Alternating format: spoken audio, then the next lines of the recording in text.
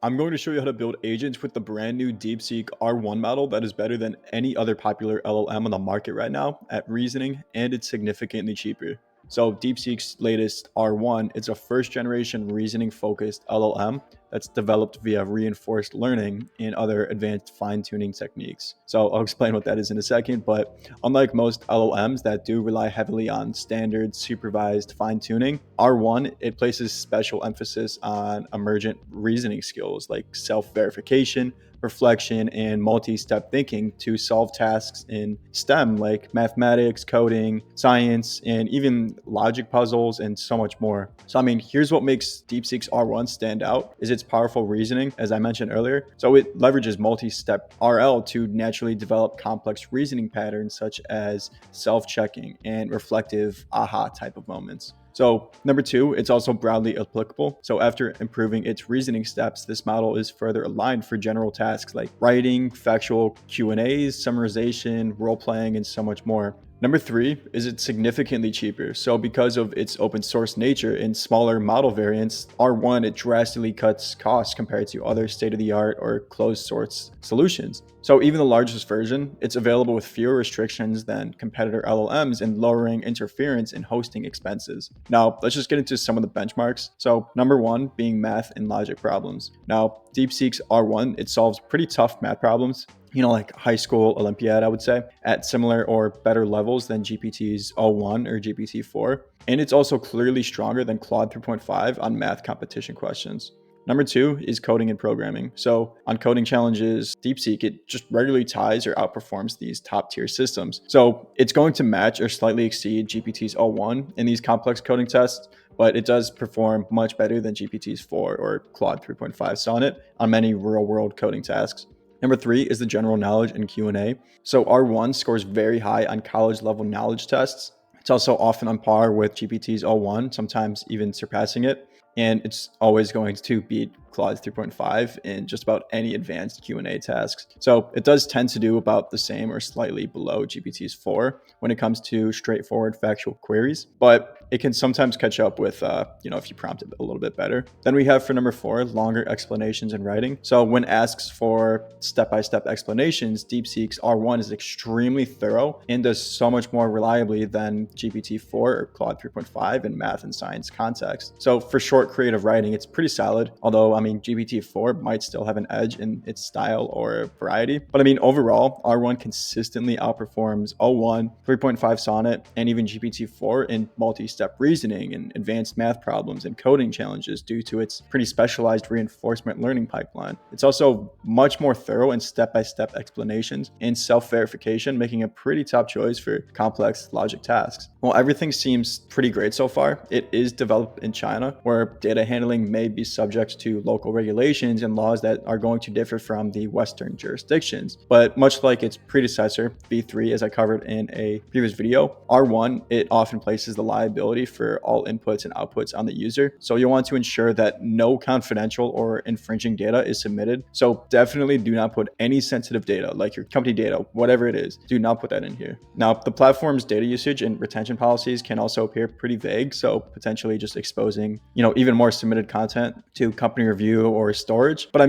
you'll just want to read the privacy policy in terms so that you fully understand how your information might be handled under Chinese regulations and beyond. But anyway, let's get into showing you a demo of this and how you can actually set this up. Now, what I've done is I've included two different methods. So we have the HTTP method and the Open Router method. I will preface that the HTTP method, it's going to be faster and you'll get quicker results as opposed to running through Open Router. Now, within the HTTP method, I'm just gonna open this up really quick. I'll show you kind of what I'm giving it. So I'm giving it a pretty complex prompt. I'm saying you're overseeing the global launch of a brand new e-commerce startup. You have a $1 million marketing budget to reach customers in at least two major regions, North America and Europe. Number two, you have a small operations team with limited logistics experience. Number three, you also have an aggressive timeline to go live in 3 months. Number 4, you have a need to balance brand identity, customer acquisition costs, and supply chain risks, like potential shipping delays or inventory shortages. Step by step, outline how you would 1, identify your target segments in each region, including how you'd conduct market research. Number 2, allocate your marketing budget among channels like social media ads, brand presence. And number 3, manage the supply chain, including warehouse locations, shipping partners, and contingency plans for potential delays or stockouts. And also develop a timeline for critical milestones like branding, site launch, marketing campaigns, fulfillment. And lastly, number 5, highlight the biggest risks at each stage and propose at least one fallback strategy for each. And then end with a concise executive summary that ties everything together for stakeholders. So I will get into how you can actually put this together yourself and how you can get access to DeepSeek's API and include this in an HTTP request. But if you are looking for this template, you can get it in my community. But anyways, I'm going to test this step out and we'll see what we get really quick. Okay, so it just came back with a response and I'm going to expand this just a little bit further. So hopefully you guys can see this properly. But anyways, at the top, it's just showing kind of its instructions and everything. So I could probably remove and prompt this a little bit better to not include any redundant information. So only output the actual output. So let's try to find a little snippet right here. So it's going to say conduct quick market research. So it's going over how it's going to be using this. So it's really providing it with a lot of reasoning right here and explanations on its output. We could see here for allocate marketing budget. So the objective is to maximize short-term conversions while building long-term brand presence. So the budget allocation, we have North America, 60% of the budget, social media ads, 40%, focused on Instagram, TikTok, and Facebook for targeted campaigns. Influencer marketing is 20%, partner with micro influencers, 10K through 100K followers for authentic engagement. That's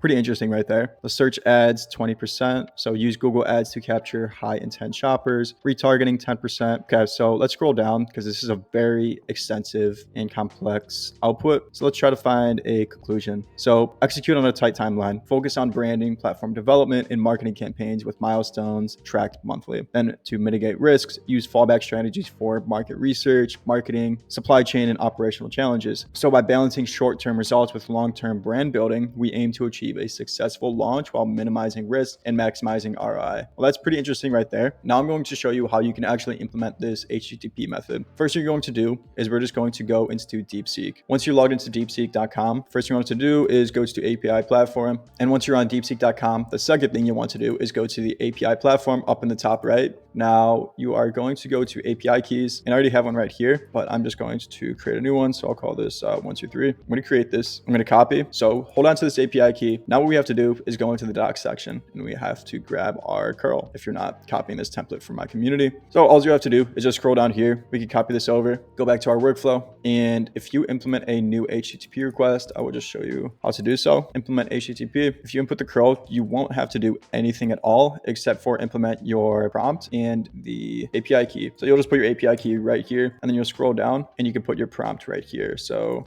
I don't know, we could say something like, I need you to get the square root of 10 and then provide your reasoning for your answer and how you came about it. I don't know, something like that. Now we have the second method, which is going to be using OpenRouter. And why we would ever want to use this is because we can't easily just connect HTTP methods to our AI agents. We do have this tool right here, but it does get quite limited. So I'm going to give you another option on how you can actually run this as a specific chat model feature. Now you can see here that I'm connected to DeepSeek and we are using OpenAI chat model. And what you want to do, I'm just going to delete this, is we're just going to open up a OpenAI chat model down here. We'll select that. Now you'll want to go into openrouter.ai. And once you're in here, you'll want to go to your profile, you'll go to keys, and you'll just create a new key. I will call this, I don't know, hello. You'll copy that key, and then we're going to go back to our workflow, select a new credential, put in our API key right here. You'll save this. Sometimes you might get an error. Okay, yeah, I got an error right here, but that's totally okay. You'll want to add a base URL now, and we're just going to copy this base URL from OpenRouter's API. So if I search DeepSeek, it's obviously the first one up here, which is quite nice because it's very popular. If we go to API, we will see a base URL right here, and we could literally just copy this and use OpenAI's SDK right here.